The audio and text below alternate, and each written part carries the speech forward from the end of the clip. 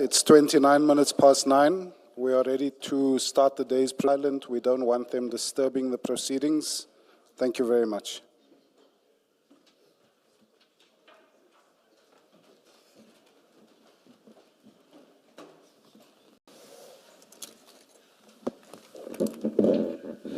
Good morning, Ms. Silo.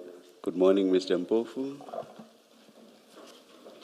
Good morning, Chair. Good morning, Commissioners. Today we... Oh, let's finalize the greetings first. Yes. Oh, you're still doing the greetings, my apologies. Yes. Thank you. Good morning, Chairperson, Commissioners, and colleagues. To reinforce today. On instruction, Chair. Thank you. Good morning, General. Good morning, SC. Perhaps, Chair, before we start... Yeah, because there has been, a lot of time has elapsed, yes. I think we should do the oath again. I think you are starting on something else anyway. Did you take an oath or did you affirm? I've forgotten now. Good morning, Commissioners. I took an oath. Do you swear that the evidence you are going to give is the truth, the whole truth, nothing but the truth? If so, please raise your right hand and say, "So help me God." So help me God. Thank you, General. Thank you, Chair. Maybe a number of files around you. For the moment, I would ask that you don't bother yourself with them, as and when they become relevant during the course of your testimony, I shall duly direct you there. What I need you to have before you is a file marked your name, supplementary statement, and annexures. Do you have that? Correct, Commissioners. If we could then open that file and confirm that you have filed a further supplementary statement for purposes of your testimony before the Commission, and that appears from pages 1 to 11. And do you so confirm? Correct, Commissioners. And if you turn to page 11 of that statement, there is a signature and it's dated the 2nd of June 2026. You confirm that that is your signature? I confirm that, Commissioners. And do you confirm the correctness of the contents of the statement and that you stand by what's stated therein? Correct, Commissioners. As part of your statement, you have an annexure LS1. It appears from page 12. And you have referenced this particular annexure in your supplementary statement, and these are specific responses, or these are your responses to specific questions posed to you in the Regulation 10.6 notice. Do you confirm? Correct, Commissioners. For purposes of the record, then, I suggest that your supplementary statement be considered as both the freestanding statement and the specific responses to questions. Would that work for you? Correct, Commissioners. We are then ready, would be ready to turn to your statement, starting at page 1. And as is tradition in this commission, when there is a statement, the witness has an opportunity to have, quote unquote, free time to speak to and summarize the content of that particular document. However, Commissioners, during, it wasn't breakfast, this morning before we started, and in my engagement with General Sinona and his legal team, Advocate Mpofu had expressed a desire to address you. And perhaps this might be an opportunity. Thank you very much. May arise from time to time, or which might hamper the flow of his evidence. And we would like those issues have been specifically instructed to put them on the record for consideration by this forum or any other forum. and so that we're not accused of raising those issues at a particular time, maybe because there are certain adverse findings or something. These are concerns that we raise, even if they will be favorable or neutral or adverse findings. Chair, what I will do is, so that we don't waste time, I'll just really do a high-level presentation of these issues. If the Commission would like us to present later a more detailed outline of the same issues, then we will be happy to do so. But for now, I don't want to get into much. Feels has been unfair treatment by the Commission. And that is on the basis that the Commission is enjoined to treat witnesses and everyone fairly. And I think that's common cause. Nobody can quibble with that. So the first of those topics then is the information upon request. And again, we are happy to furnish the detail and the chronology, the blow by blow of we wrote this letter, we got this nonchalant response, or no response at all, or an unreasonable response. There are many examples of that, but that's the broad area of concern. In fact, without getting into much detail, well, you don't have to know what other people have said about you. Just say what you know, kind of thing. And it would be hard to believe that that is a policy of this commission, because, as we know, people have a right of reply. I mean, that's one of the most fundamental rights under the broad rubric of Audi Alteram Partem.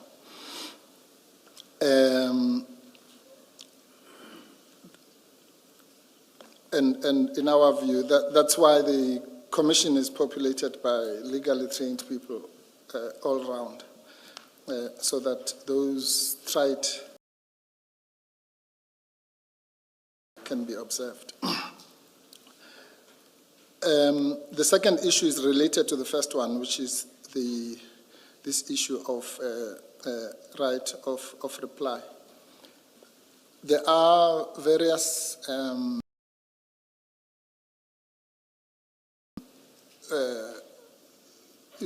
being called here on specific accusations and therefore being entitled to the documentation and being asked to assist the Commission and all that. We're not dealing with this at that technical level. But whichever category one falls in, they surely have a right to, at the minimum, to face their accusers, to use the colloquial expression. And facing your accusers doesn't mean literally facing them. It just means knowing what it is that's going to be said, which you might have to respond to.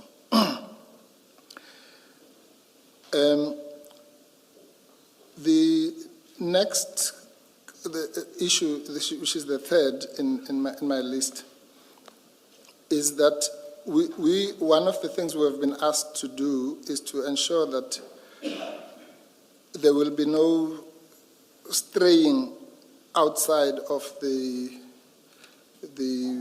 subpoena that has brought us here and the specific issues that are raised there. And that's probably related to what might be the next issue, so I might as well raise it in combination, Chair, just to save time, which is the feeling of the General and us that the issues that he has been asked to deal with have actually been dealt with in his first appearance here. We might be wrong about this, but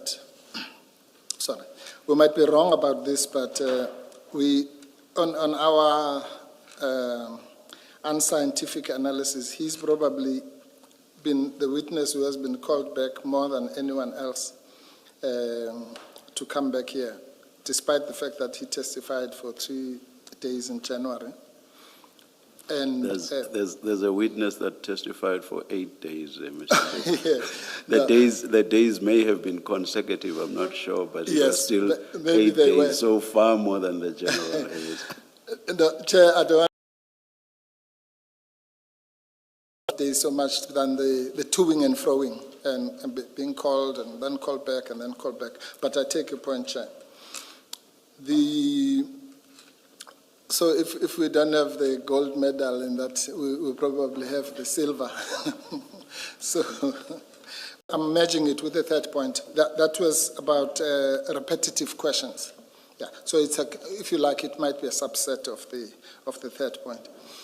It covers Commissioner Baloyi. It covers two issues. One is my original statement that the issue of the break-in, theft, whatever you call it, in Port Shepstone was, as you might remember, I think it was the last topic for his January testimony, and it was covered extensively. The result of that is that you will find that when you read the statement that was identified by my colleague, Ms. Silo, which is LS1, that's where we respond to the specific questionnaire. You'll find that maybe on more than, if there are 10 questions, and I think there are more than that, there are about 15, but more than 50% or even 60% of those questions, you'll find that we actually just the answer is to refer you back to the transcript on many occasions. And that's because the same thing that was asked then is being asked now. And we don't understand why that same information has to be solicited at great expense for the second time, because it doesn't change. And that's why we literally quoted. It was not out of disrespect, but we just quote exactly verbatim what was said before. We do take the point, of course, that since he testified, there has been further evidence around the same issues. So not quibbling with that. But the issue is that it's quite oppressive to the general to have to repeat himself. And then maybe the one issue, maybe let me start, I'll come to this one last. Related to this issue of repetition or covering the same ground is an issue which, to the naked eye might not seem important, but it is the expenses to which the general is subjected because of what he might perceive to be repetition of the same ground. You would appreciate, Commissioners, Chairperson and Commissioners, that every time he has to come here, or every time he has to deal with an apology, well, maybe I'm putting it too strongly, but the Commission said, no, sorry, that was a mistake. Here's the correct one. Yeah. But that mistake means that he has now to consult on that wrong document, and when it's discovered that it's the wrong document, a letter has to be written, and then the apology, which we accept, is issued. But that doesn't change the discomfort or inconvenience. And that's just one example. And therefore, it's a very costly exercise. I haven't done the count, but my learned friend, Ms. Talk, assures me that the general has had to be doing this toing and froing about 6 times now, or that this is his 6th appearance. And I'm sure that also includes the times when he didn't actually testify. And I know it also includes the time when the legal representative was not feeling well. So I'm not piling all of that onto the Commission. I'm simply saying that it's quite an expensive exercise. Now, the last point, which is quite worrying, is, I'll call it, for lack of a better word, the issue of relevance. And this is an issue which the General feels very strongly about, and I hope it will be taken in the spirit in which it was intended. We're not objecting in the sense of willing to assist the Commission, and he will just now do so. But he just wants for it to be known that he's doing so under some serious protest. What do we mean by relevance? The view which we hold with respect is that the Commission is, shall we say, of reference and its mandate. And I don't have to motivate that to the people that I'm addressing. Everyone would accept that at face value. But what is the relevance of that to my address? It is the fact that, and this is also related to the fear that of the questionnaire. Our understanding, Chairperson, is that this commission is not some surrogate disciplinary committee of the police, where we have to interrogate a policeman or a bad policewoman, or in the general sense, in the HR sense of the word. But those issues might be relevant, of course, to the core mandate of the Commission, which is criminality, interference, and all that is defined in the terms of reference. That we concede. But surely there's a line between that sometimes inevitable overlap and actually focusing as if this is a beauty parade about who's the better manager or a kind of performance assessment. So that's the issue. To the extent that the performance or lack of performance might be relevant, and maybe I should interpose, almost arguing against myself, but by saying we accept implicitly that, let's take this issue about this theft. The Commission is entitled, of course, to say we have to probe whether this theft was a matter of sheer incompetence or criminality. That we accept. But there's a difference between that, as I say, inevitable overlap, and then simply going on for days with a witness like the General about, why did you not follow this prescript or that prescript? Well, he didn't, but is that relevant to the terms of reference, or might that show that he could have been a better manager? So it's that kind of it's not a bright line, but that we accept, but we are concerned about Just to point out, Mr. Mpofu, yes. In the terms of reference, they say we must look at acts or omissions, and yes. whether acts or omissions may have contributed. Absolutely. So, absolutely. to the extent that conduct constitutes an omission, we would have to look into that. And No. I'm not debating it, I'm just pointing that No, out. I accept that, Commissioner Kumala. I accept that. I would never quibble with that. I accept that in the process of probing, let's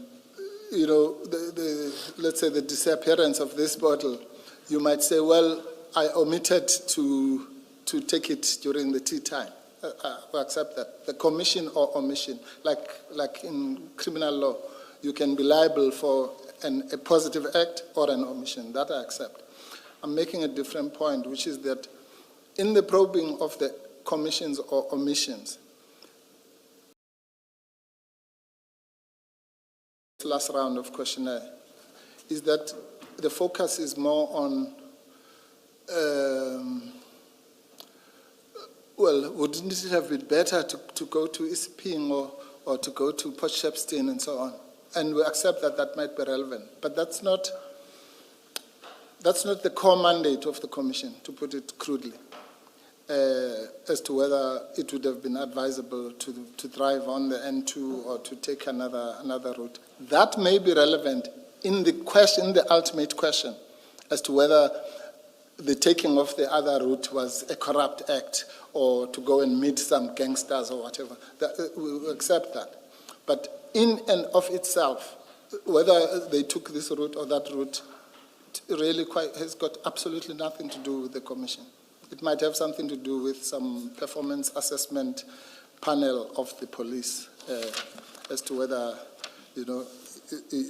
so-and-so is a good manager or a bad manager. I think it's that nuance, but I accept that. That's why I was saying there's no bright line, the mission is not to confine or straitjacket the Commission. Obviously, the mandate is wide, but we should all be careful not to overdo the performance assessment. Yes, those are the issues that we wanted to raise. And as I say, there are specifics.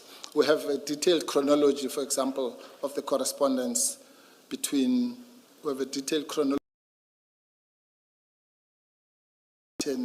I don't want to get into those kinds of specifics for now. I think as long as I've highlighted the areas of concern.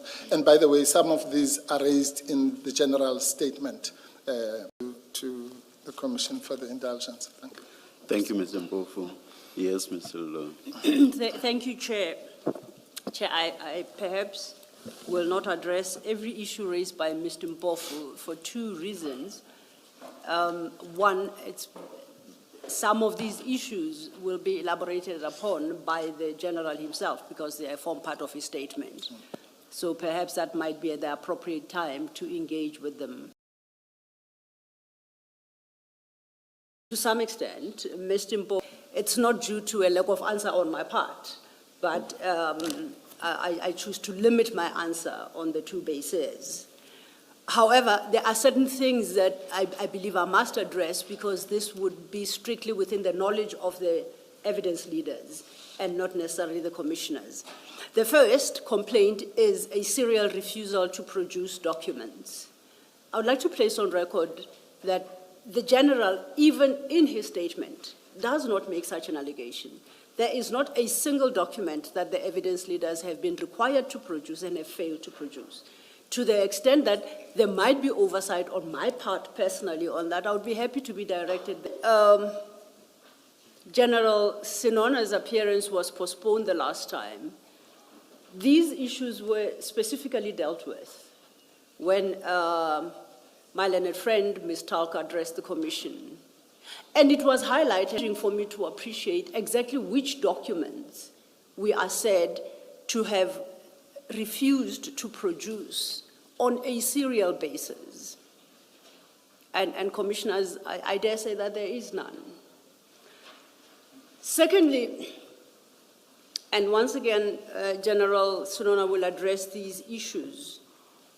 I do know that Mr. Mpofu says they appreciate the distinction between what we would term a Rule 3.5 notice and a Regulation 10.6. But my understanding of, and I put this in inverted commas, of his, and by his I mean the expanded definition, plural, complaints seems to blur the distinction between complaints stem largely from a view that we have failed to serve him with a Rule 3.5 notices. Been wrong, have not implicated General Sinona. Those witnesses have testified to what they know about the facts that they were called upon to testify on. There may be a difference in response to the same, that there is an invitation that we issue Rule 3.5 application, not in our view, not in the manner that that term is dealt with in the rules. Once a witness is implicated, we are under obligation to issue and to afford that person the opportunity. 3.5 notices have been issued. What instead has been issued is a regulation 10.6, which once again is a document that is generated by evidence leaders based on the evidence and testimony before the commission, where we believe, in terms of the regulations and the rules, that a specific person may be able to shed more light. In that context, specific questions are posed to the potential witness, and they are invited to answer. So it becomes a challenge when we are confronted with an allegation that we do not afford witnesses, and particularly General Sinona, the right of reply. His right of reply, as I understand, would arise where he is implicated. Where he is not implicated, his right of reply does not arise. In any event, on a proper reading of the rules, any witness who believes that they may be of assistance to the commission, either by providing a contrary position or testimony, is entitled to make application. So to the extent that it is considered that we have failed to issue Rule 3.5 notices, which I contend it's not correct, none was due to General Sinona on our assessment, then it was still open to General Sinona and his team to apply, to testify on those matters. Thirdly, and most importantly, notwithstanding the fact that General Sinona has specified which witnesses implicated him, one, in his supplementary statement, he has failed to articulate that implication, the extent thereof. And secondly, has failed to take opportunity to deal with that which he considers to be an implication. Now, I understand, and I think we all do, the basic legal principle of everyone's right to face their accusers. I'm just at a loss with who in this context are the accusers. There are no accusers to General Sinona. Lastly, it is important to bear in mind that General Sinona was scheduled to appear on the 8th of May, 2026. He was part of the DPCI KZN management. From the management of Port Shepstone, DPCI, Colonel Prinsloo and them, to Brigadier Newswa, his direct reportee, and eventually himself, the one person who's responsible for DPCI KZN. That was the stream that was scheduled to start from on the 8th, subsequent storage of the drugs. We are here today on the 19th of June, 6 weeks later, in part, due to General Sinona's own application to postpone his testimony, firstly from the 8th of May, up until the 1st of June. He presented himself on the 1st of June due to the commission. Everybody has testified on the Port Shepstone drug bust, presupposes that those witnesses implicate him. And there is no fact that even points to that. He was never intended to be engaged on the matter as an implicated person. The thinking has always been to engage him as head of DPCI KZN, who, of correspondence, has always been to try and clarify this challenge. Why General Sinona believes that he can only offer his version of the events and the questions posed after everybody has spoken. There are rules, as I read them, and the regulations do not allow for that. And it is in that context, his attorneys was that they need not worry about what others would potentially say. He is required to address himself to the questions posed both in the Regulation 10.6 and the subpoena, to the extent that he is able to do so. Should another witness come forward after he has testified to contradict him, then that is for the commission to engage with and to determine whose version is acceptable and on what basis.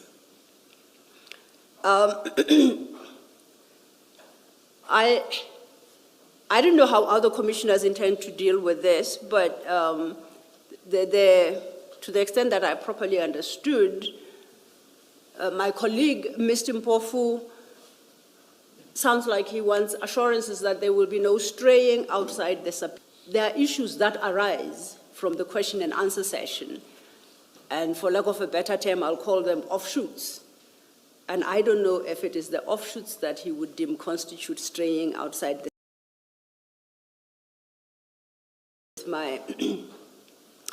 my understanding. Did the General speak to some of these matters at his previous appearance in January 2026? Yes, he did, and we are truly aware of that. However, since his appearance in 2026, the Commission significant documents that are relevant to the issue. Other witnesses have testified and too produced documents. What has since come to light? I don't see that to be a challenge, and it doesn't, as far as I'm concerned, constitute toing and froing. It is assisting this commission to arrive at a correct factual position as regards matters that fall within its terms of reference. The relevance, we maintain that they are relevant. The rules and the regulations tell us so. At the risk of stating the obvious, amongst other things, what this commission is mandated to interrogate is whether criminal syndicates, including but not limited to drug cartels, have infiltrated or exerted undue influence over a range of entities, including the SAPs, of which the DPCI is a part. And then infiltration, and then to make recommendations where necessary. I don't understand the contention that where he admits he did not follow prescripts, that is where the issue must die for purposes of the terms of reference for this commission. The one I had in mind, Ms. Loas 3, which says the role of senior SAPS members in aiding or abetting criminal activity, either through act or omission. I fully agree, and Commissioner Khumalo, thank you. So the challenge I have is what comes across as a position that says, notwithstanding the wording and the wording of the terms of right, the purpose of the commission, that the head of the institution that was responsible for precisely these drugs cannot be engaged more than once and cannot render assistance to this commission. And if I recall, our rules require that a witness of the commission. To the extent that the commissioners remain unsatisfied, I submit that it is the commissioners are entitled to recall a witness to assist them in determining the correct factual position. I do not believe, as Mr. Mpofu suggests, that this commission is attempting, as he says, to be a surrogate disciplinary process or committee of the police. On the contrary, and particularly on the basis that Commissioner Khumalo highlights, the role of senior officials in SAPS, including KZN, remains a pivotal question before this commission and must be answered. And the only person who can answer precisely those questions are those who are deemed to be senior officials within SAPS. It's not a performance assessment, but there will be interrogation about the knowledge, the application, and approval of conduct by the head of the KZN DPCI of members that resort under his authority.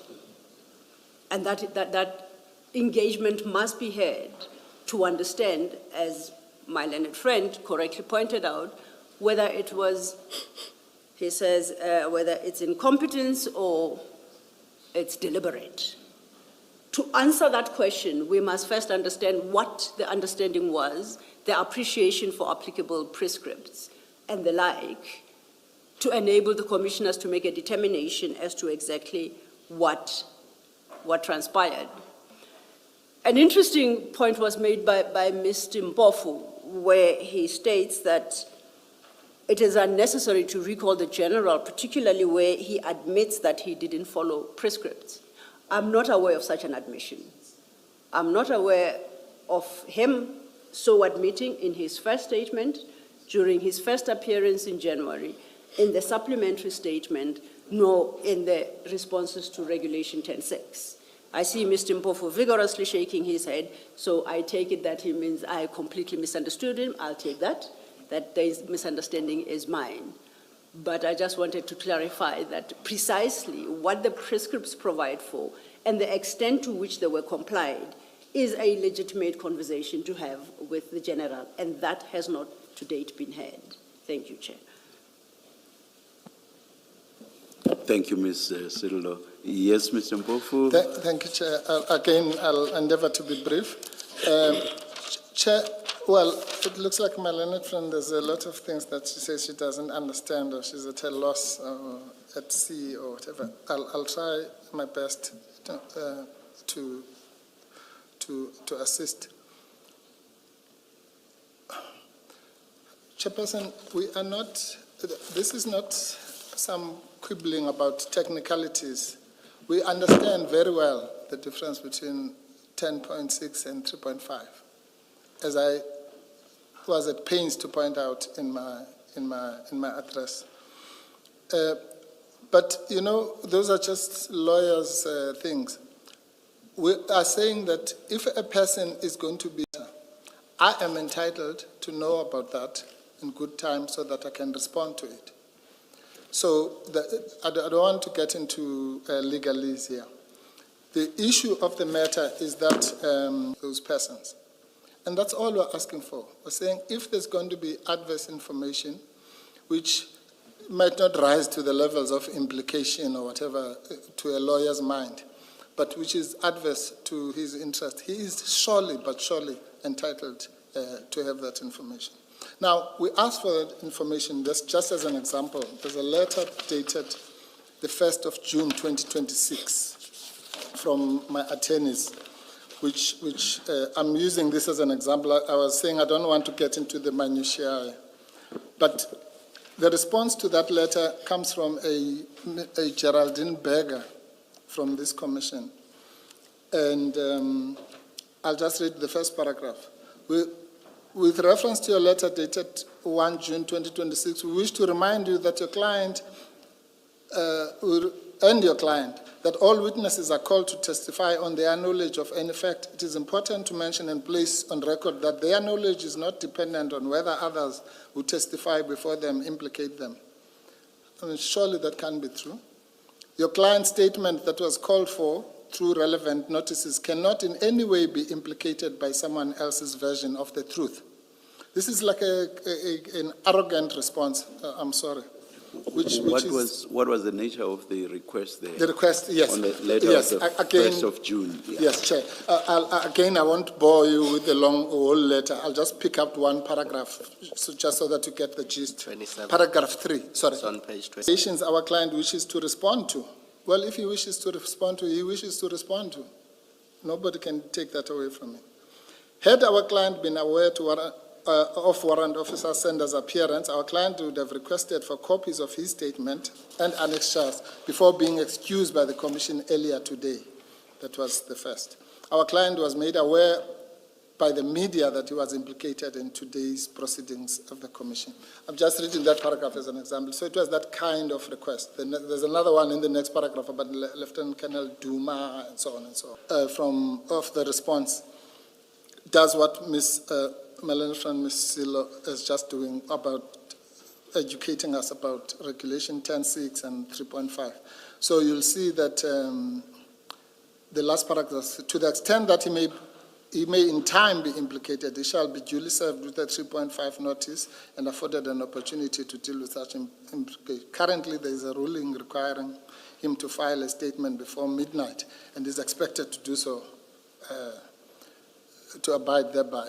I mean, there's a veiled threat there that if he doesn't do so, obviously the consequences would follow. So, Chair, I'm really trying to not to make this into a technical issue about the meaning of 3.5 and 10.6 and the word implicated and so on, and not to be technical, as Ms. Silo is rightfully pointed out. Yeah. If we want to go that route, well, we would be happy to do so. And let me, if I don't make one thing clear, let me make, it was for the purposes of determining whether whatever the terms of reference of that commission were complied or not. That's really what I'm saying.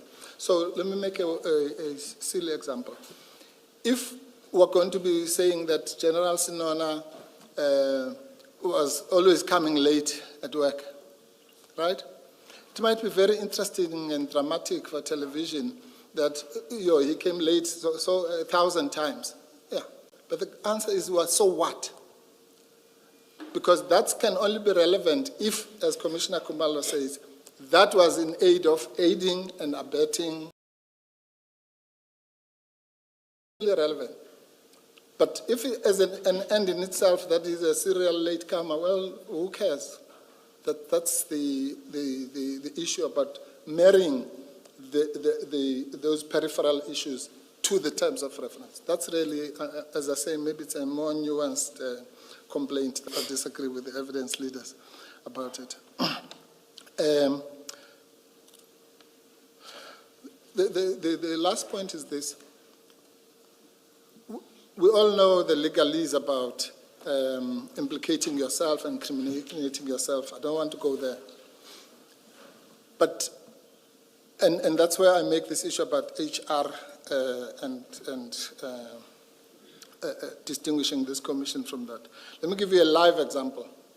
On the 31st of January, disciplinary notice by the police. And it said in so many words, you are being suspended because of what you said at the MADLANGA Commission. Just as plain as that. It was not even hidden. So it was a direct, so somebody was sitting in some HR office watching the proceedings here and taking notes, and then they say, okay, now you're being charged. Now, I don't want to get into the legalese about incriminating yourself, but that's just a live example. By the way, that suspension lapsed because in 60 days' time, nothing had happened. We all know, again, of the inappropriately named MADLANGA unit in the police. Yeah. Let me on record say in so many ways that I objected strongly to that. I know, rightfully so. I immediately engaged the National Commissioner, and he agreed that that was named wrongly. Rightfully so. But unfortunately, he was suspended before he could do anything. And yes. I later engaged the acting National Commissioner. No, I appreciate that, Chair. In fact, to be honest... Even the latest name is still unfortunate because it still has commission in it. Exactly. But Chair, I accept, just to, in your defense, Chair, I also became aware of it when you raised the objection. And it was a well-timed one because it could have gotten into the minds of the nation wrongly. It gives the impression that I'm going around arresting people. Absolutely, or feeding some unit with information. But be that as it may, Chair, and we accept implicitly that is not the case. But clearly, there are people, whether in the inappropriately named unit or whatever its name is, its new name is, or the HR offices of SAPS, who see their task as it's quite laziness, to be honest, as just sitting there here and watching here and then making notes and then pouncing on people.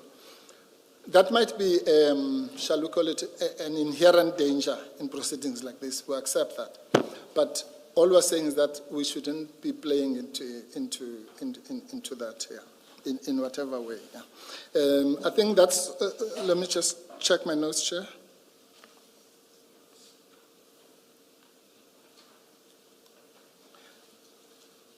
Yes. The point about the repetitive nature of the questioning is not a feeble point. My learned colleague, Ms. Silo, says, I'm quoting her verbatim, the commission has since been placed into possession, since he was here in January, has since been placed into possession of further information on what has since come to light. In the same breath, she's at a loss as to what we're complaining about. This is what we're complaining about. If the commission has been placed into possession of further information, and that has necessitated for him to be called, then we should be placed in the same possession with the greatest respect. That's this. One doesn't have to be a lawyer to understand that. That all we're saying is that, yes, we accept that some new things might have come to light. They might necessitate him being recalled. But what's wrong with placing us in the same position as the commission in respect of those new things that have since come to light, so that we are in a position to assist you? That can be so difficult to understand. And yeah, I don't want to get into this thing about the backstops with him, quite frankly, doesn't cut.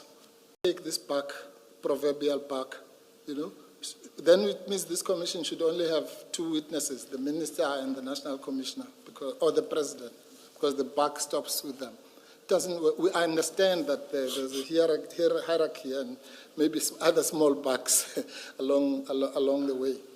But it can't be that simply because I'm overall in charge, then I'm expected to know every little detail about every room in subs in the whole country. Surely, that's not what the backstops here means.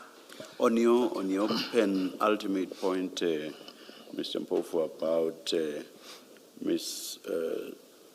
Silo's submission that the general must respond to questions or testify today because the commission has since been placed in possession of new information. On that, and you then say that it is exactly because of that the general must also be placed in possession of that information. You did give, or rather refer to the one example from the letter. As we sit here now, are you in a position to itemize the information that the general has not been furnished with? I'm asking that so as to see whether engagements between you and Ms. Silo cannot resolve the issue. Resolve that issue. Yes. Chair, yes, we are in such a position, but again, I'm at pains to say that we don't want to delay the testimony. All right, we simply want to qualify so that yes. If we get to a stage where the general, for example, says, I can't answer that because I'm being ambushed or I'm hearing about it for the first time, then at least this background must be taken into account. That's right. Really, but thank you for that's a very practical approach. Thank you. It's a practical approach, Chair, but it will also assist. Remember, my first qualification was that should it become necessary, we'll itemize these things, because if you do it now, it will just take a long time. That's why I was just giving the highlights. Right, Chair, let me just make, at the expense of speaking against what I've just said, I'll just give you another practical example. We've been asking for the statement, the commission statement of, Brigadier Newswa, just as an example. And we have not been finished with that. Now, it turns out 2 days ago, I'm sitting at home watching the commission, and at night. I can only watch the repeats here. And as the following question is put to, or not even a question, it's an answer coming from General News. So if I'm not mistaken, it's paragraph 43 of his statement. And one of the commissioners, I'm not sure which one, says, we were made to understand by who? And he says, by the evidence leaders. That is, you'll find that literally the whole nation was watching it. Now, what does that say to me? It says that when Brigadier Nyuswa was being recognized or preparing for his statement, he was told what the version of General Sinona will be on that particular point. It's not important for now, whatever the point was. Now, all we're asking is for the same courtesy with respect. That when General Sinona was also doing his statement, it would have been very nice that he knew what the contrary versions or whatever it is of whoever it is, to the extent that they were available. We accept that the evidence leaders are not magicians or clairvoyants who would know what someone is going to say in the future, but or sangomas. But to the extent that the information was known, it would have been appropriate, let me put it like that, not just nice. It would have been appropriate, legally speaking, for him to be placed in the same position that the evidence leaders chose to put Brigadier Nyuswa. Just on that point. As I say, the point itself is not important, but it's the principle that I'm addressing. Thank you. Chair, through you, if I may just address the last point, and I don't want to have a to-ing and fro. By the way, let me give you an opportunity to respond to Just that specifically one issue. that Let Mr. Mpofu finish. Yes. And then I'll give you an opportunity to respond. I assumed he had finished. I saw his mic go off, so I made certain assumptions. When he said thank you, I also thought so too. No, I was just being courteous.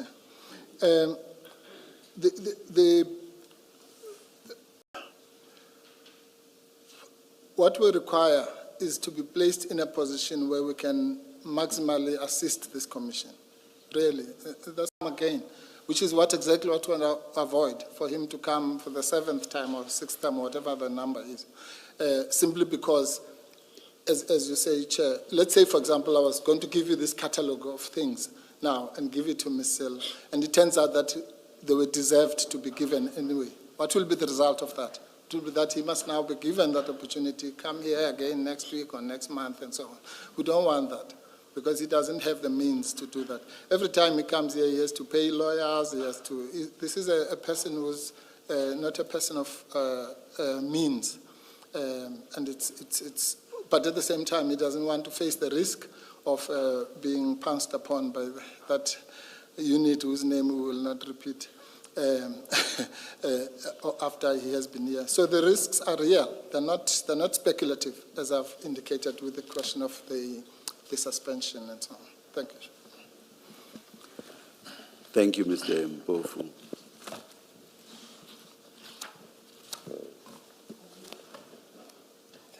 Mr. Mpofu, I think in fairness to Ms. Berger, because of how you've characterized her response, and she doesn't have a right to respond in this platform. I think in fairness to her, this must be placed on record. The context of the letter of the 1st of June from your instructing attorney, what that letter does in the penultimate, in the last paragraph, in fact, in paragraph 4 and 5, in fact, maybe let me first say, the context of the letter is earlier in the day there had been a ruling by the that General Sinona should file a statement. Now, this letter from the attorneys in paragraphs 4 and 5 seeks a postponement of the filing of that statement. And that postponement is sought on the basis that other witnesses are still going to testify, there are other statements, I should first see those statements, and I should not testify first by that ruling. And you can't get a postponement, basically. You've been given a date. So what you characterize as arrogant is really a restating of the position. And I think it should be seen in that context, and I think it is important that the context should be put out. Yes. That's all I wanted to say about it, in fairness to her. Thank you, Commissioner Baloyi. Yes. We accept that that might have been, the intention might have been innocent. Yes. I'm simply stating to the Commission how it was received by the General. Okay. And there was one, for example, that said, no, you must ignore that subpoena, some subpoena, I think one of the wrong ones. And I thought it's all very well to say that to a person, you must ignore a subpoena, but we all know what the implications are of ignoring a subpoena. Yeah. So you can only do that really once, except at face value that maybe it was not meant as, just take care. Doesn't matter what the tone or whatever. In the end, we were not given that information. That's really our complaint, not the tone of the letter as such. And maybe the other thing to say about it, so, the response is a response. This is about the internal workings of the Commission. So when a letter like this comes, it's not Ms. Berger who responds of her own accord and initiative. Something like this comes to the commissioners, that you gave a ruling, we now have this letter. So where she says you are required to comply, it is a communication that comes from the Commission, and I think that should be clear. Yeah. The second issue, and the second one I mentioned only so that General Sinona does not, if he's under that impression, it's clear that he's not targeted as such.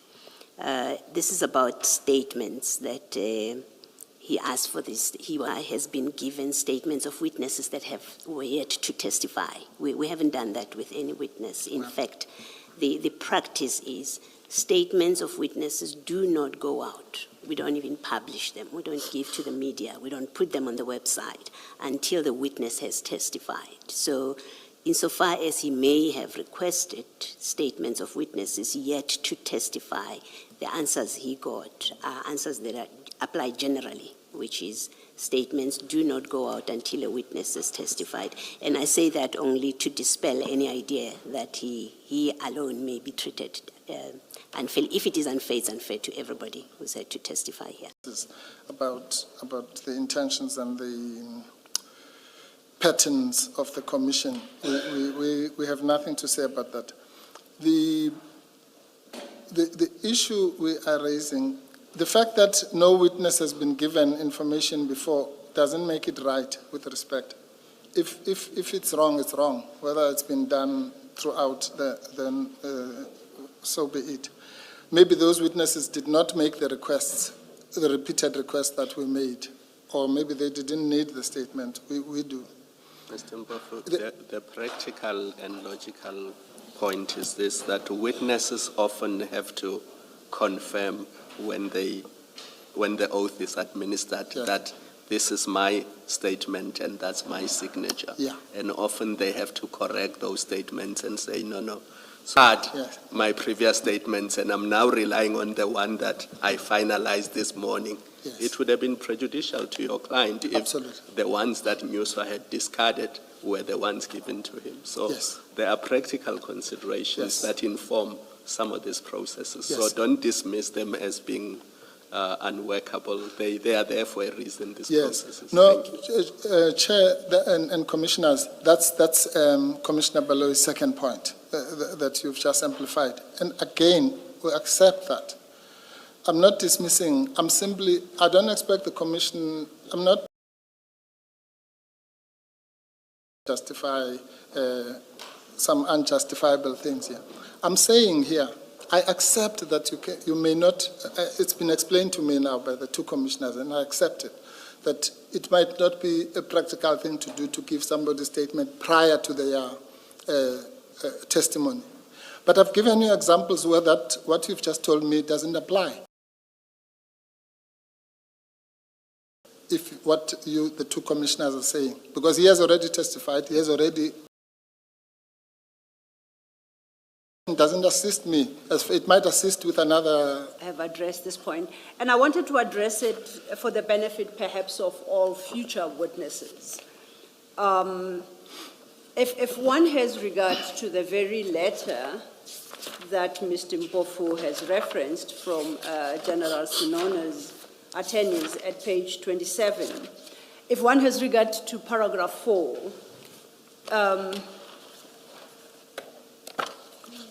that his legal representative's testimony may implicate General Sinona, it will be prejudicial for their client to file an incomplete statement which is silent on allegations which may be made against him. Colonel Duma presenting himself before the commission. Now, the challenge is Rule 3.5 in his statement, and in the course of doing so, implicate. That is not the original statement that implicated. It is important that anyone who will be called to appear understands that. And the point Commissioner Baloyi made, Brigadier Nyuswa is a brigadier, testified on Wednesday, the 17th. Technically, as the Commissioner points out, the Commission does not release any statement until the witness has confirmed it. So I don't know how we can potentially assess. It is not a decision that is. Thank you. I'm sorry. Yes, I think it would be best to leave it there, Chairperson. We really appreciate the opportunity to place those concerns on the record. Thank you. What you said when I raised the issue of what outstanding information you still required, I think so. I accept that. Let us start with the testimony. Let's go ahead. If anything arises at whatever point, it should be dealt with at that stage. That is, as and when it does arise. Thank you, Chair. Just a correction for the record. Yes. I understand that the protocol is not so much just referring to the surname, but I forget the ranks. The ranks. And I do something. Thank you. Thank you, Chair. We are ready to begin. Yes. General Sinona, as you have confirmed, you have filed a supplementary statement, and we have confirmed it is yours. It goes up to page 11, and it is, as is practice in the Commission, any new statement that is filed, the witness is afforded an opportunity to speak to the contents thereof, either by reading the statement or paraphrasing without undue interruption. And I would like to give you this opportunity perhaps to do so. Which parts you choose to read and which you choose to summarize will be at your discretion. Thank you.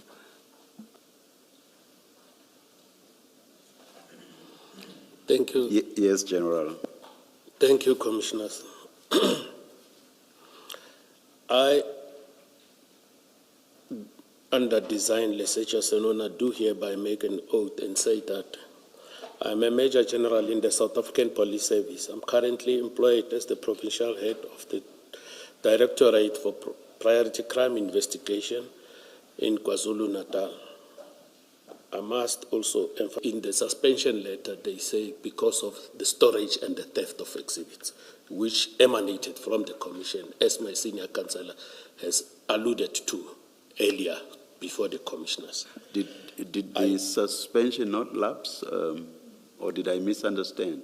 Commissioner, if you allow me, yes. What happened after I've testified here, I was taken out of my office at gunpoint, and on the 31st of January, I raised the issues of safety, but a ruling was done. I was taken out of my office, escorted with firearms, and I was told not to come back to the office. My tools of trades were taken. Although it's not in my statement, I'm just bringing that under your attention that sometimes we come and testify here when we request for safety, what is it that we are facing?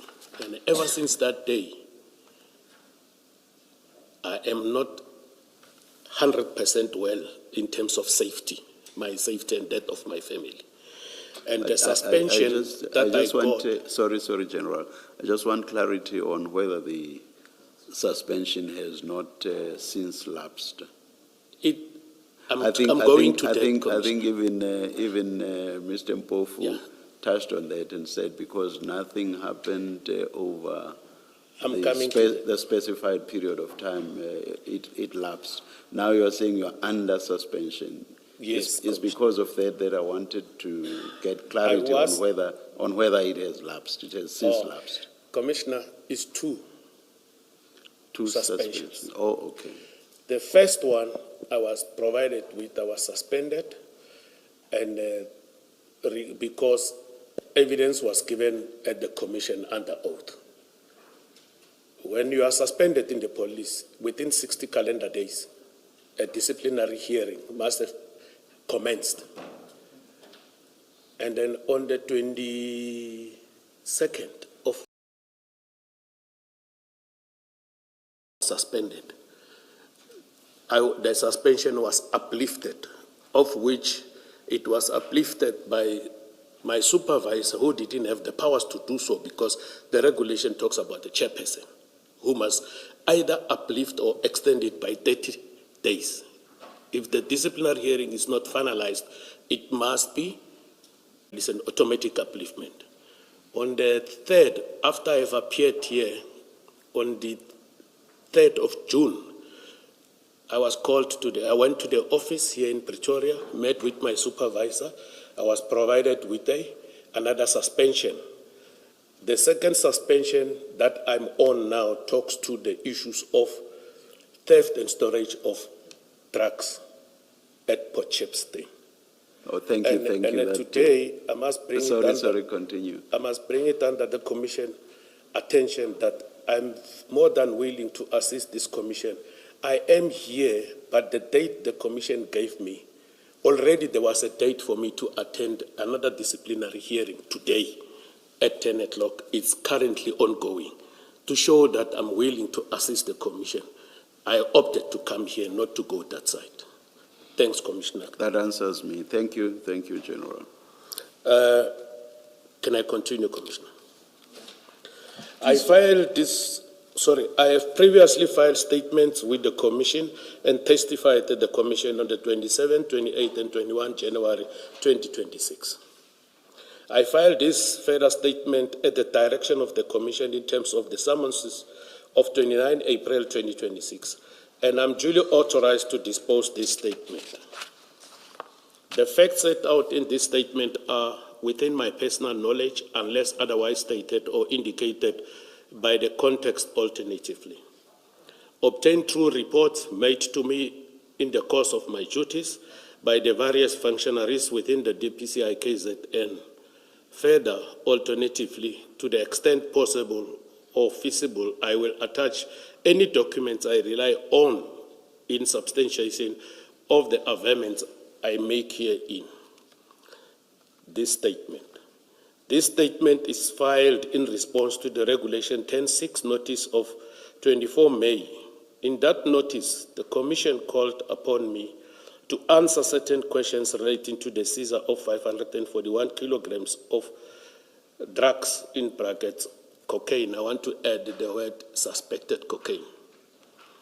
At the CHC depot, 14th CHC depot, the Avenue East, 14th Avenue East, Isipingo, Prospect, Devon Harbour, on the 22nd of June 2021, which was booked at Isipingo under reference number SAP 13/373/2021. The Regulation 10.6 notice issued pursuant to the subpoena of 29 April directs that I comprehensively address the seizure of 541 kilograms of drugs, in brackets is cocaine. I want to also add suspected cocaine, at the CHT Depot 14th, the Avenue, East Isipingo, Prospect, Devon Harbour on the 22nd. I have attached my answers to the regulation 10.6 SLS1. It forms part of my sworn statement. In the body of this sworn statement, however, I address certain challenges on the management of my evidence at the Commission. Issues concerning the management of my evidence. I think some of these issues, it will be a repetition. My senior counsel has addressed the Commission in respect of that. On the 29th of April 2026, the Commission issued a summons calling me to tender certain evidence. Notably, that summons did not raise any new issues. I communicated as much to the Commission through my attorneys of record on the 4th of May, when I also requested that in the event that there are additional documents and or information the Commission intends to make use of during General Sinona's Feda's appearance, we request that he be furnished with information, in brackets, documentary and or otherwise, close bracket, timelessly to enable adequate preparation. A copy of this correspondence is attached as LS2. The request has not been met. At least 3 witnesses have given evidence implicating me in the drug seizure and storage of 22 June 2021. A 4th is set to tender evidence via audio link and in camera. The first of these witnesses to testify was Major General Flynn. His statement was filed on the 4th of May 2026, and he gave evidence at the Commission on the 5th and 6th May 2026. The second witness was retired Lieutenant Colonel Prinsloo. To date, the date of his redacted, so I do not know when his statement was filed with the Commission. So which means the date he disposed this statement, I'm not aware of it. In any event, he testified on the 7th, 11th, and 18th May 2026. The Commission only furnished me with their statements late afternoon on Friday, 29 May 2026, a mere 2 days before my own statement had to be filed with the Commission on the 1st June 2026. What is more, I was also called upon by the summonses of the 29 April 2026 to testify on the 8th of May 2026, and then postponed to 1 June, although I was advised that my testimony may stand down to the 5th of June 2026. As an aside, I have several concerns regarding my evidence tendered by Colonel Prinsloo. These include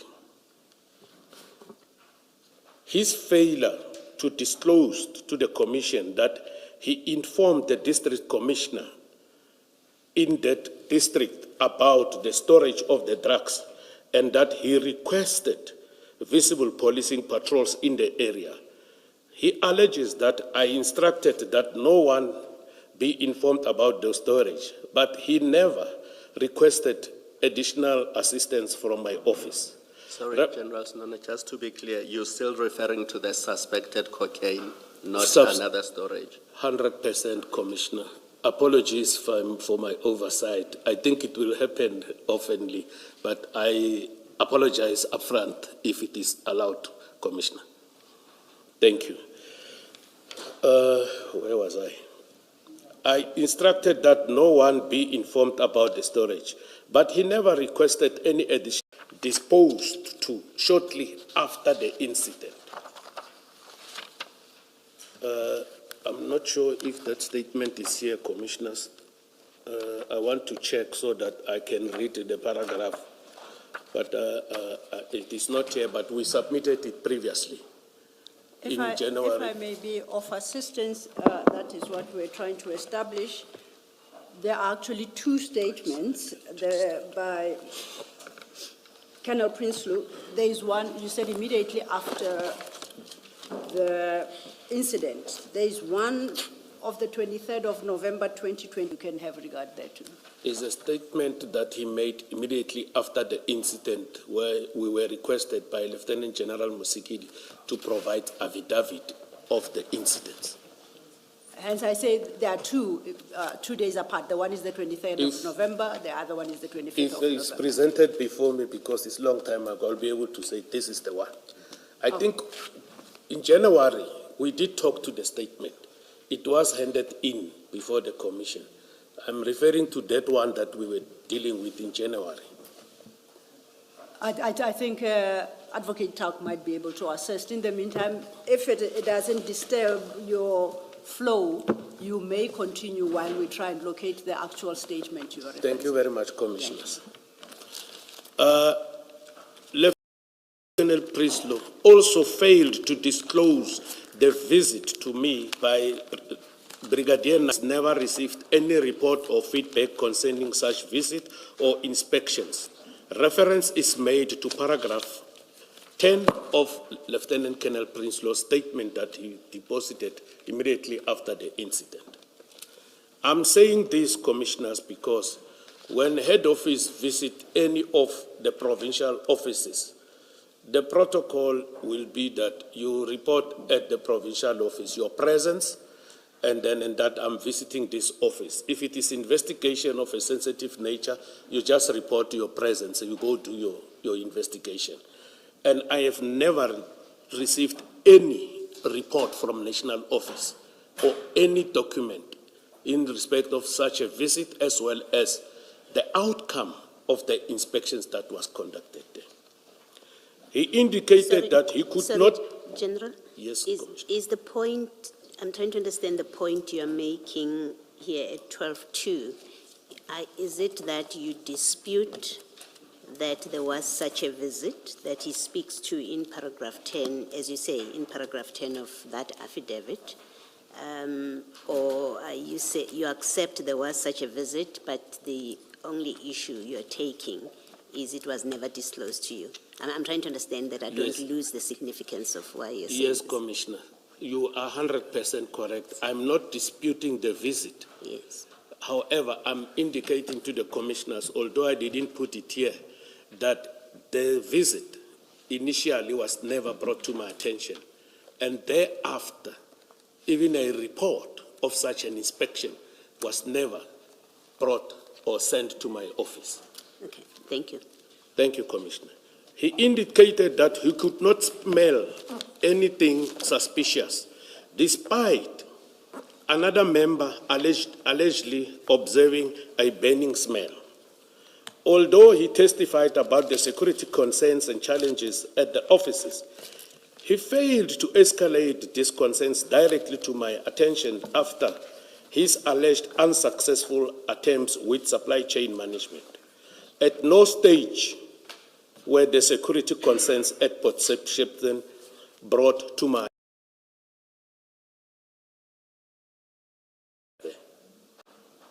I think I also testified to that effect in 27 until the 29th.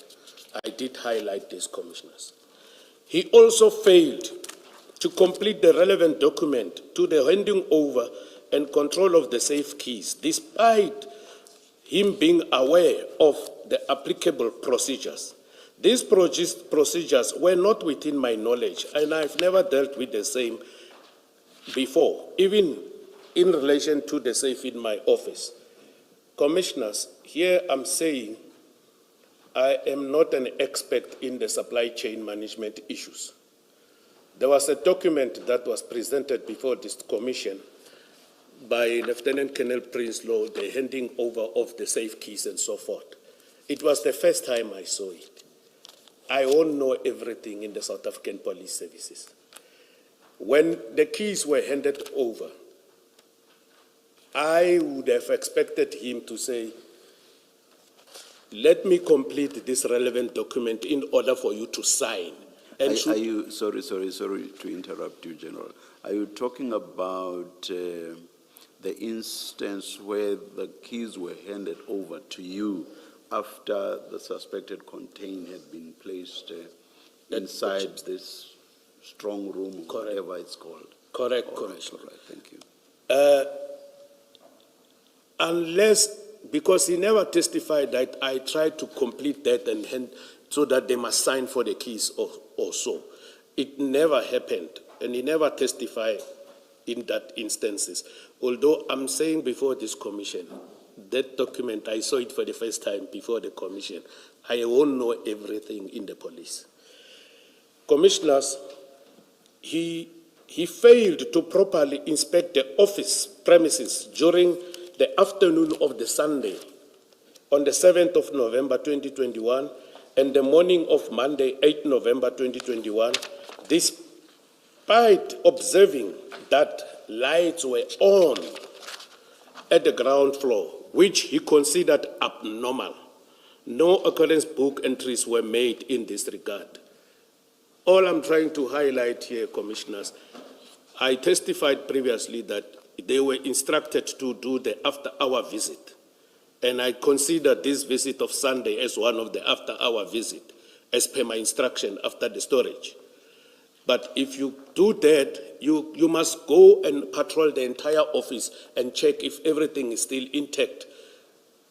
What is significant, he knew what was stored there, but he never went down. In his testimony, he said he only went into his office and did what he did, and from there he left, of which it leaves a vacuum in my mind why he never did that. He further failed to disclose the visit by Brigadier Nyusa to the Port Shepstone offices on Tuesday, the 2nd of November 2021, shortly before the theft occurred. I can confirm, Commissioners, that Brigadier Nyusa also testified here, and he confirmed that he did visit the office on the 2nd of November 2021. But from where I'm sitting, I've never visited that office ever since those drugs were stored at Port Shepstone. In any event, I appeared before the Commission on the 1st June 2026, and my evidence was stood down to 5 June 2026. In the meantime, while I was preparing this statement and consulting on the 29 April summonses, the 24 May Regulation 10-6 notice, and the statements of Messrs. I will say General Flynn and Lieutenant Colonel Prinsloo, the Commission led the evidence of Warrant Officer Carl Sanders and also ruled that Lieutenant Colonel Dumas' evidence, which also relates to the theft of the cocaine, could be led via audio link while shielding his identity from the public. At this point, my attorneys wrote to the Commission requesting that my evidence be stood down and my statement filed at a later date after all the evidence implicating me was laid. In this way, I could provide a complete answer to the Commission, which necessarily include answering any allegations made against me in the seizure of the drugs and their storage. The letter is attached as LS3. The Commission responded via Commission's Ms. Geraldine Berger stated that is what constitutes his testimony to the Commission, and that if all that is required of, and that is all that is required of him now. She goes on to state that I will be served with a Regulation 3.5 notice and afforded an opportunity to deal with my implication, but records that my statement is not impacted by someone else and proven wrong when Warrant Officer Sander took the stand again on 2 June 2026. Insofar as Warrant Officer Sanders is concerned, he was questioned by Commissioner Kumalo on his temporary placement letter that was signed by me. Commissioner Kumalo noted that I am coming to give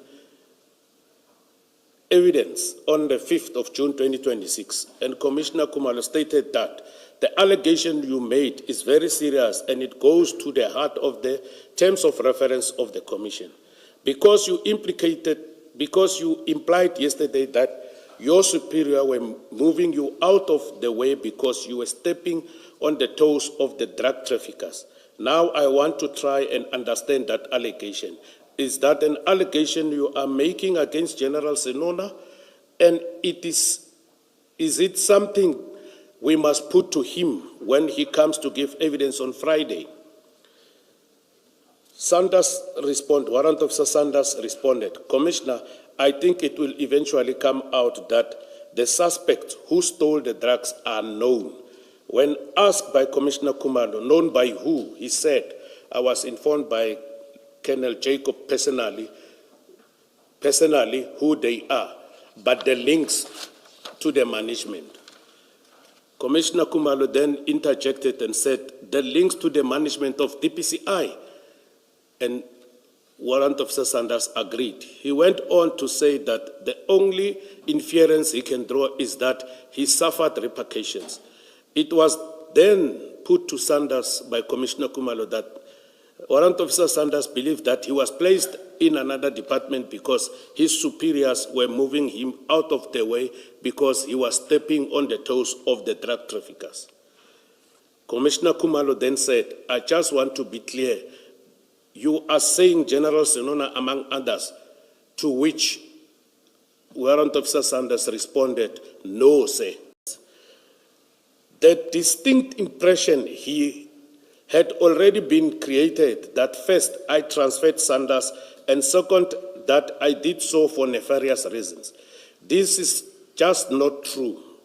I have attached a letter SLS5, an email that I received from Lieutenant General Levia, the then national head of the Directorate for Priority Crime Investigation, NO, Major General Suraj Bali, who is the DPCI head of Executive Support Services, dated 5 February 2024, directing my office to engage with the complaint and provide the national head with feedback by 23 February 2024. The complainant's email was addressed to the national head and others, not to myself. I only became aware of the complaint when I received the instruction from the DPCI national head. I later received a further instruction from General Suraj Bali to temporarily place the member at another post pending investigation, which instruction I carried out. I do not remember the exact date of this email.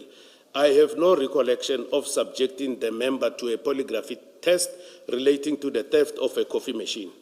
I should not have to answer this allegation in this statement. I do so out of caution and attach the mails from Lieutenant General Levia because of the very real prospects that these questions may be directed at me, even though I have not received the requisite notices and additional documents from the Commission. Commissioners, I want to add that on these paragraphs, the placement of warrant officer has also this document, which they provided to us later, I think in the early hours of yesterday. They have this complaint whereby there was a serious allegations of warrant officer Sander and other members involved in the theft of cocaine at the harbor and selling it to a specific gang. I'm just worried to say names of other people that never came here, because the last time I was caused to say certain names, and I'm on litigation for your information, Commissioner, as we speak. Now, based on the allegations, they were of a serious nature that warranted that in that process, if my memory serves me well, Colonel Jacobs was the acting provincial commander. Brigadier Nusa was not there. The process that I followed, I called Colonel Jacobs to come with nature, but it was redacted. I placed him at supply chain management until the investigation is finalized. It's a process that we do in the police. Like myself now, my supervisor is an example I'm making. My supervisor has suspended me. He was placed as elsewhere. Mine is worse because evidence was given under oath before this commission, and I was suspended. So it is a process. When there are allegations against you that relate to what you are doing, you will be either placed elsewhere or suspended. He was never suspended, and he never lost any income. He got his full salary, his danger allowances, and the scarce skills allowance. So the issue of the coffee machine, commissioners, in the commission on that day. I don't remember him, I might be wrong, informing the commission that actually in that office there were 4 thefts. It is in the provincial office. Nobody will just come in there. A member of the public, even your good self, you will never come in. You will be escorted into the building if you are not working there. There was a theft of a camera. No break-in, but things are disappearing. And I believe that was done bona fide, not to punish any person, commissioners. So those are the issues that I wanted to address, although they are not in the regulation of me to shall have done that, commissioners. If you are a victim, then I put you on the polygraph test. That is wrong. He misled the commission. I want to pause there and continue with my statement. Sorry, General, I'm not sure I follow that. What exactly is not correct? It is not correct that he was subjected to polygraph examination because was stolen in that office. It was not only him. The person who initiated everything and made arrangement is Brigadier Nyuswa. I only signed the call-up instruction. Gunpoint out of my office, my laptop, my gun, my laptop is gone, and then documents that I was supposed to prepare for my disciplinary. Like somebody, I don't know, for lack of a better word, like a dog. And that thing is still a pain here. Implication. I'm not requesting for any mercy, but I want to assist this commission. Now, Commissioner Kumalo, I hope I answered you, Commissioner. Yes, Chair, yes. Chair. Yes, you have. Pardon me, I'm addressing all of you as commissioners, but if I have to say chair, I will try and say rectify. I am a commissioner. Okay. Thank you, please continue. Or rather say justice. Commissioner Kumalo also interposed at some point stating that this was so that any statement I give is twofold. It is in the first instance my recordal of facts as I know them, and second, my response to the averment made about me in the Rule 3.5 notice that I received contrary to Mrs. Berger's opinion. I say with respect that my treatment at the Commission has been unfair, and I'm a civil servant with 38 years of service now. My means are limited, and the piecemeal manner in which my evidence is being managed is materially impacting my ability to protect my rights and interests at the Commission. I'm not asking for any unique or irregular, simply that the evidence implicating me is led and thereafter I respond thereto. As matters stand, I have had to prepare this statement at short notice, and as it turns out, may very well have to file another statement to deal with Sanders and other witnesses' evidence. It certainly cannot be that Sanders and others' evidence, controversial as it is, and which paints me as having irregular transferred him, can go unchallenged. It also cannot be that the evidence, as stated by Commissioner Kumalo, must be put on notice or any other material documents. I have simply been advised by Ms. Berger that this will transpire. This process is called for in the rules of the Commission itself to protect the rights and interests of witnesses who appear before it. I want to also, when Warrant Officer Sander was placed back to his office, these were my words, Commissioners. I informed Brigadier Nyuswa that Warrant Officer Sander, because this investigation is taking too long, someone from the legal services wanted to stop his allowances. And then if it is the employer who placed you elsewhere, you can't do that. And then as the investigation was continuing, the only thing that was found at that stage was the misconduct of him not declaring the directorship of a shooting practice company. However, I think the investigation is ongoing of those allegations because they are of a serious nature. I don't know what is the status at this stage, but I said Warrant Officer Sander can go back to SOKI. SOKI is Serious Organized Crime Investigation. I've never specified that he shouldn't be placed where he was. I said he can go back to SOKI. SOKI is where he came from. And as far as I'm concerned, he was supposed to go back to his normal duties. I don't remember writing a letter, writing specifically there that he must be placed at EPR as back to Serious Organized Crime Investigation in Durban office, where he was working before. I wanted to bring that under the attention while I'm still under oath. Can I just understand, when you say you don't recall, is that... As much as I placed him in supply chain management. Certain things we do them in writing in the police. This verbal instruction, it is out of necessity to do verbal instruction because of the situation we are facing with. This one, it was not an urgent thing, Commissioner. So you're correct. I never gave Brigadier Nyuswa that type of an instruction that he mustn't go back there, he must go there.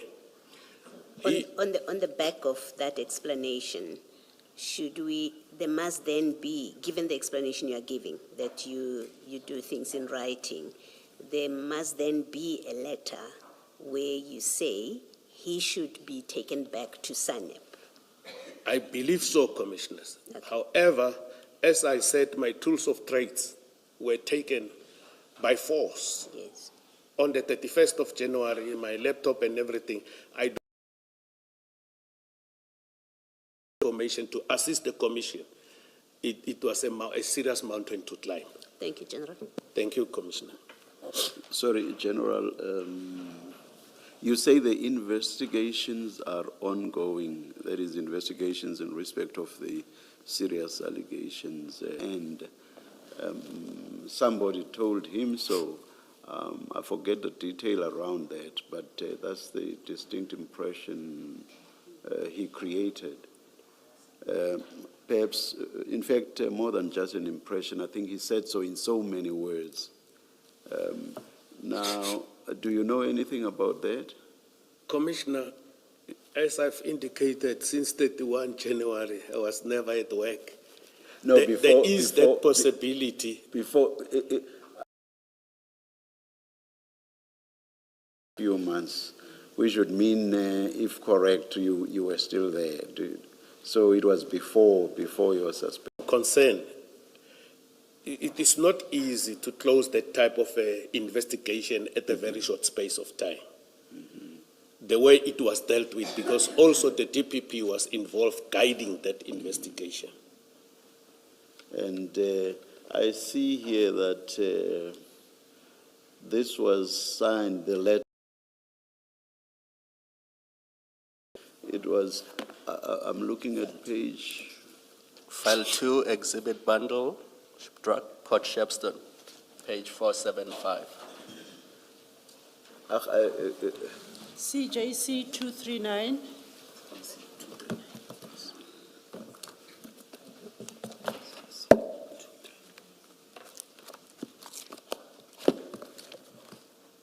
I'm referring to the letters. Oh, you've got it, General. Yeah, you see the date there on the letter that moved him to supply chain. You don't have a moment. Oh, gosh. Just a moment. Or we'll wait. Can you flight or maybe it should Oh, yes, flighted, I think if yes. it's flighted, it will assist. We'll arrange over the break. Thank you. The date on the General is the 13th of February, 2024. It's more than 2 years now. Have you been receiving any reports at all about the investigation? That is prior to your suspension, of course. I can recall that I was receiving progress report. I think Lieutenant Colonel Mchali, is now Colonel, was appointed to investigate. And then when he writes a progress report, he will write it to Brigadier Nyuswa. Brigadier Nyuswa will forward the email to me, and then I will read it when I'm happy, because my main function as the provincial head is to receive a report, read them, and report to head office. I will receive reports seeking my advice. I'll provide an advice where it is necessary. And I recall receiving progress reports, sending them to head office. And would this be indicating that the investigation is ongoing, or what would they be saying about progress on the investigation or progress about the investigation? They were talking about profiling. If I recall, I'm just talking out of experience, Yes. commissioners, because I don't have those reports here. But it is a question of what processes were followed during that investigation and what was outstanding. Those are the reports we were reporting at National Office at that stage. I confirm that this is my signature, this is the letter that I sent as the complaint, but that email that they said I must make sure I place the member elsewhere, they never provided us with. 11:28, perhaps during the tea break, the General may have regard to CJC 282. That's from page 1003 and 1003. I say perhaps we do that over the tea break. That's the documentation relating to the suspension that the chair is engaging the General on. The complaint is part of his statement, but the remainder of the documents is not. When we break, if you could engage Mr. Mpofu and the General as to the exact file. Yeah. Okay, Thank we'll you. do so, Chair. Thank you. And perhaps let's. Yes, Mr. No, Mpofu. I'm covered. Thank you, Chair. Oh, all right. Thank you. Let's take the Commissioner, General. Yes. I've got a request. Yes. Evidence in the absence of this document. There is also no reason why my evidence must be elicited in a piecemeal fashion. There is nothing unreasonable in seeking that all the evidence against me is led first and then that I responded to after receiving the requisite Rule 3.5 statements, annexures, and Regulation 10.6 notices where applicable. It is imperative that I provide comprehensive evidence, but I cannot do so when I'm faced with unreasonably short time periods to file my statement, and when I'm preparing these statements, further damning evidence is laid against me. Nevertheless, since I'm under the subpoena and want to assist the Commission, I tender with this statement my answers to the 25th of May 2026 Regulation 10.6, but record that I will be materially prejudiced should I be expected to testify on anything tendered by Duma and Osanda on 5 June. As I indicated, I have elected to attach my responses as an annexure. It is filed as LS1.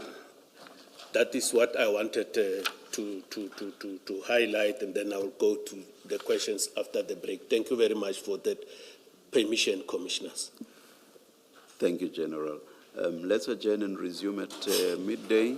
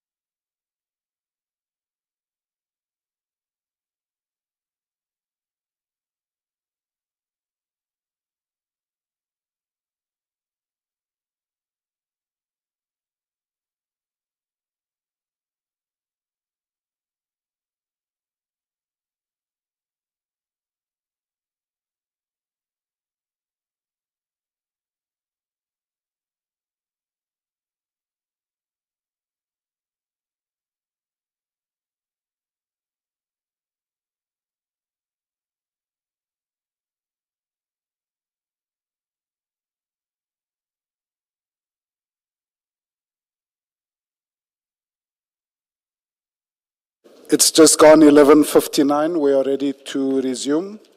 Please make sure that your devices are on silent or off. Thank you.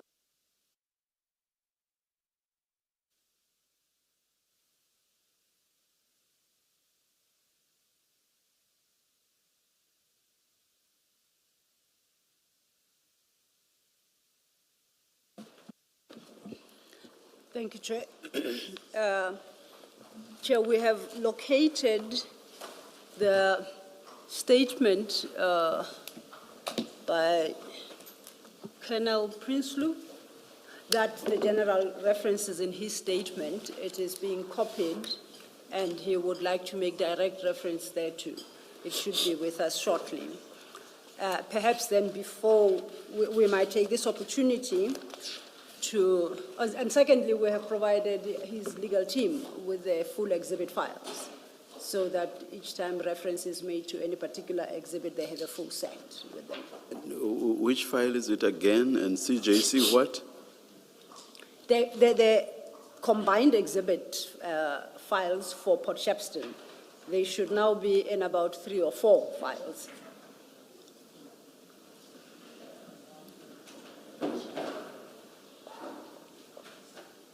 The statement, the Prinsloo statement that the general references in his statement is being copied, and it shall be made available. I was going to propose that in the interim, we then deal with the second part of the issues he had covered, and regarding the complaint against Warrant Officer Sander.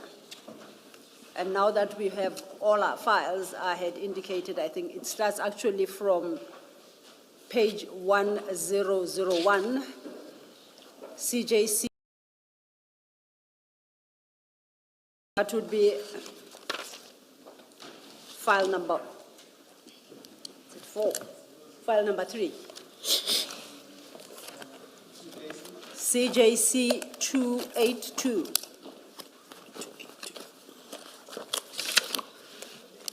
Page 1001. No, in fact, CJ 281. CJC 281. That's where it starts. It's the Jacob file.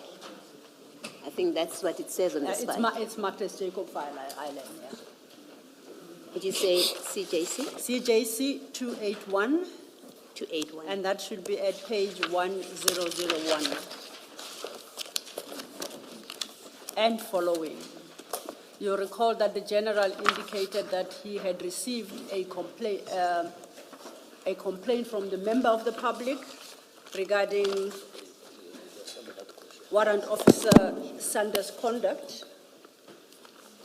And that complaint, the original complaint, is, as the general has it, as LS5, page 30 of his statement. He indicated he only has the statement, but not the remainder of the documents relating to that complaint and the investigations. So I pointed out that those will be found in the exhibit files and how the matter progressed. Do you confirm that's what you have, General? Page 1004. Starting from 1001. He's referring to the actual complaint, I think. It's 1004, that's where you were. 1001. 1004. 1004. Oh, the actual complaint. The is actual yes, complaint. that's correct.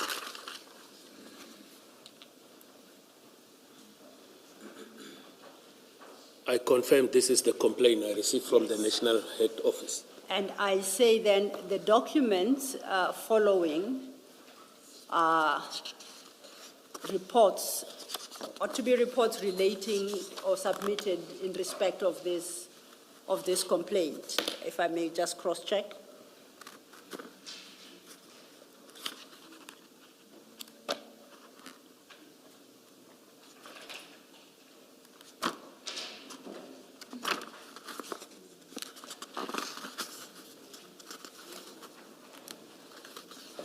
What comes after is a handwritten document. I see that. Yes. I see that we are looking for page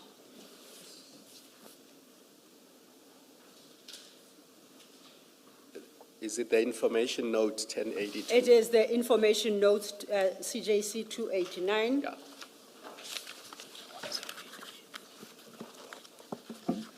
1056 should be, CJC 289 is a couple of documents. It runs from 1050 to 1105. So it's a series of the documents relating to that complaint. So 1051 would be an information note on the Indeed. same matter. On the same and then matter. carrying on. And then carrying on until 1105, Commissioner.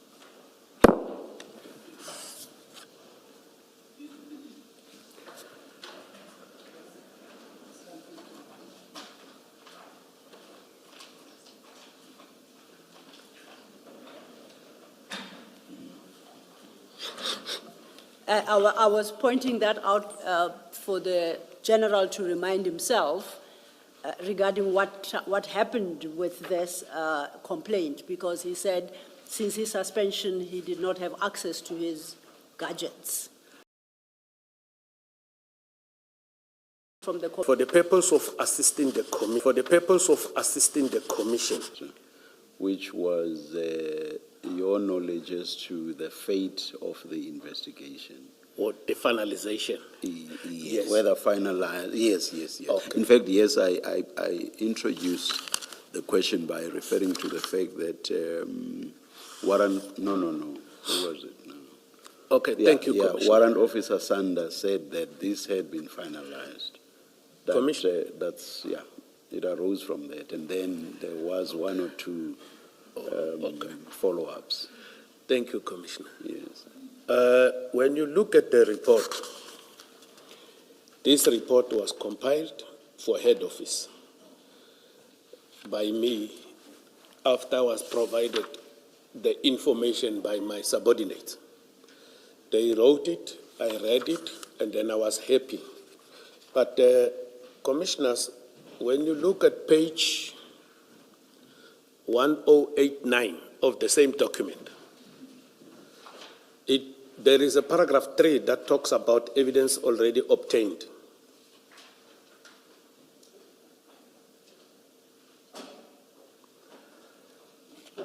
And then I don't want to waste time, and then you go to page 1090. It will say progress report, and then it talks about the tech shop and things that we do. You'll realize that on paragraph 4, it talks about the investigation that was conducted in line with the FIC, Financial Intelligence Center. When we conduct the investigation, that office is one part and parcel of our stakeholders that is assisting us. And then there were also recommendations by the FIC in terms of this report. And then when you go to page 1091, there is the outcome of a specific investigation whereby the paragraph 7 that talks to him not declaring the directorship of this company of his. Then that part of the investigation, we have a risk and integrity management section that also assisted in this investigation, not necessarily the criminal part of it. Look, it's a wide scope that they do when we do investigation. And they are the ones who came with these recommendations of the disciplinary issue matter against the warrant officer Sanders. Then I signed it, I sent it. These issues that I hear does not necessarily indicate that the criminal conduct as it is depicted in the complaint, it has been finalized. There are certain sections that are directing us towards that were finalized, but not the actual criminal conduct as per the original complaint, commissioners. Can I just to check this without probing, that from your earlier evidence that you directed Brigadier Nyuswa that the member must return to his original position, from that it surely must mean that at that point, when you gave the direction that you say you gave, you had formed the view that there was no concern with him returning to SANEP. It seems to me that it can only mean that if you have made that decision. My decision was that he must go back to SOKI, Serious Organized Crime Investigations. Not that he should go back to his original position. I may have misunderstood you earlier because I thought I understood you to say.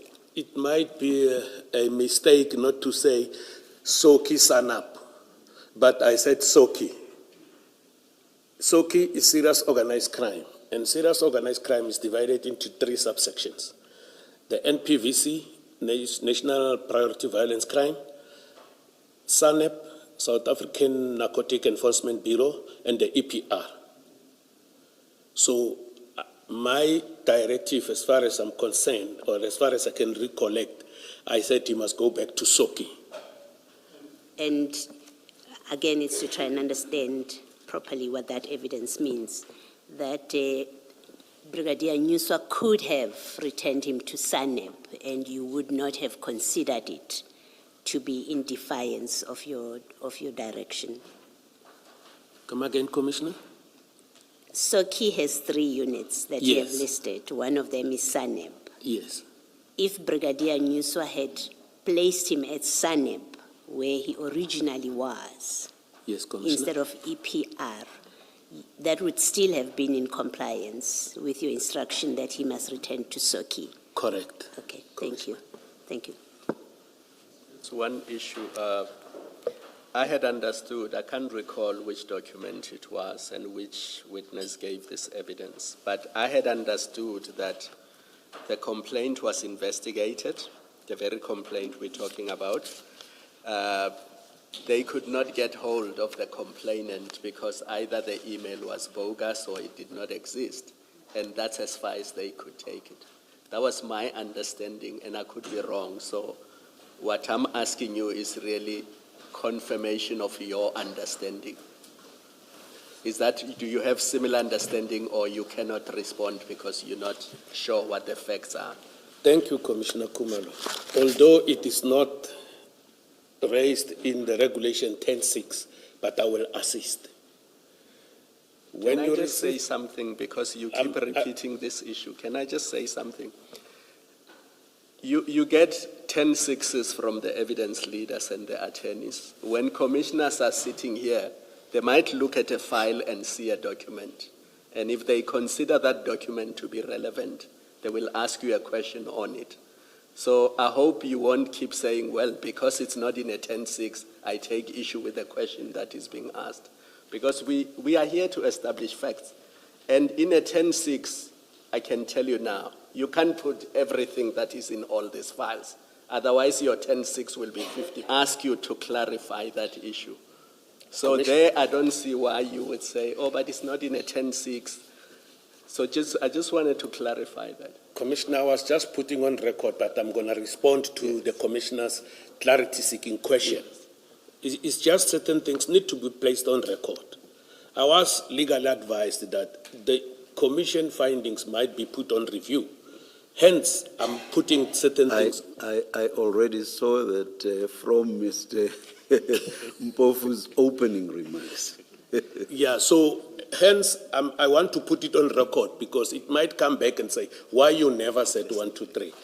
But to respond to your clarity-seeking question, Commissioner, I want to indicate that in the execution of our duties as members of the South African Police Services, yes, there are instances where you find out that a person who lodged a complaint, you can't find him. There are instances whereby people report things on an anonymity basis. like your so-called whistleblower. So what you are saying, if you say somebody said that, I won't say it is incorrect or correct, but there is a probability. In fact, I'm reminded that you say you signed the information note on 1082, paragraph 1082, paragraph 2.2. 1090. Also, I think the February, the other one is from October. So even if you look at the October one on 1088, you will find that, 1088. yeah. So if it is contained in this report, I'm trying to find the paragraph the commissioner is referring to. 2.2. On 1088, the very same report you were looking at, General. 1088. Yeah, I see that it was we wrote that, I must read it. An email was sent to the complainant. Sorry, so I'm not going to say names, commissioners. Please bear with me.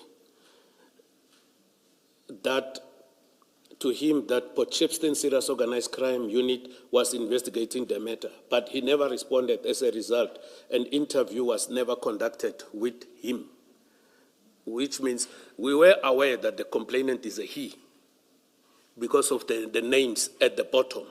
But it was a progress report. Once you receive a complaint or a docket to investigate, they say, General Senuna, this is your docket. The first thing that you do, you must interview the complainant and introduce yourself as the person who will be leading that investigation. I think you've that? Would you want to if you want to go there, are you confirmed you signed that letter? Which bundle, Mr. Law? Second 475. That would be second bundle.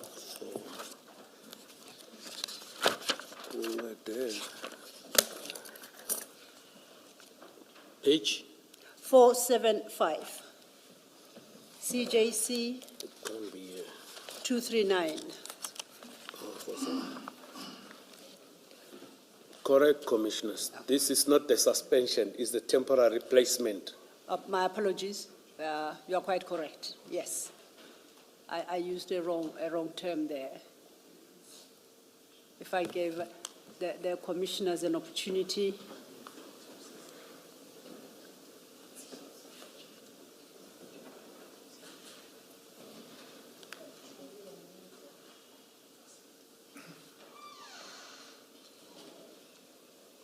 Thank you. We had previously looked at this letter. And you indicated that the person acting at the time was Colonel Jacobs. Firstly, he suggests that he doesn't know who was acting. And secondly, that he was not part of a meeting where Warrant Officer Sanders was informed of the complaint and the transfer. Do you have a comment to that? As to why that would be the case? If he says he doesn't remember, I can't answer on his behalf, but as far as my recollection is, he was there in my office with Warrant Officer Sander, as far as my recollection is. So And- I yes, wouldn't... sorry. Okay. And in fact, there is a letter now on office at which you... If he denied it or whatever, please allow me not to respond upon his answers or whatever. But this letter was signed by me. I testified earlier under oath, I'm still under oath, that... A statement. No, that's the middle of that paragraph. You received an email from General Libeya or Major General. I point this out to you because the documents we have just looked at,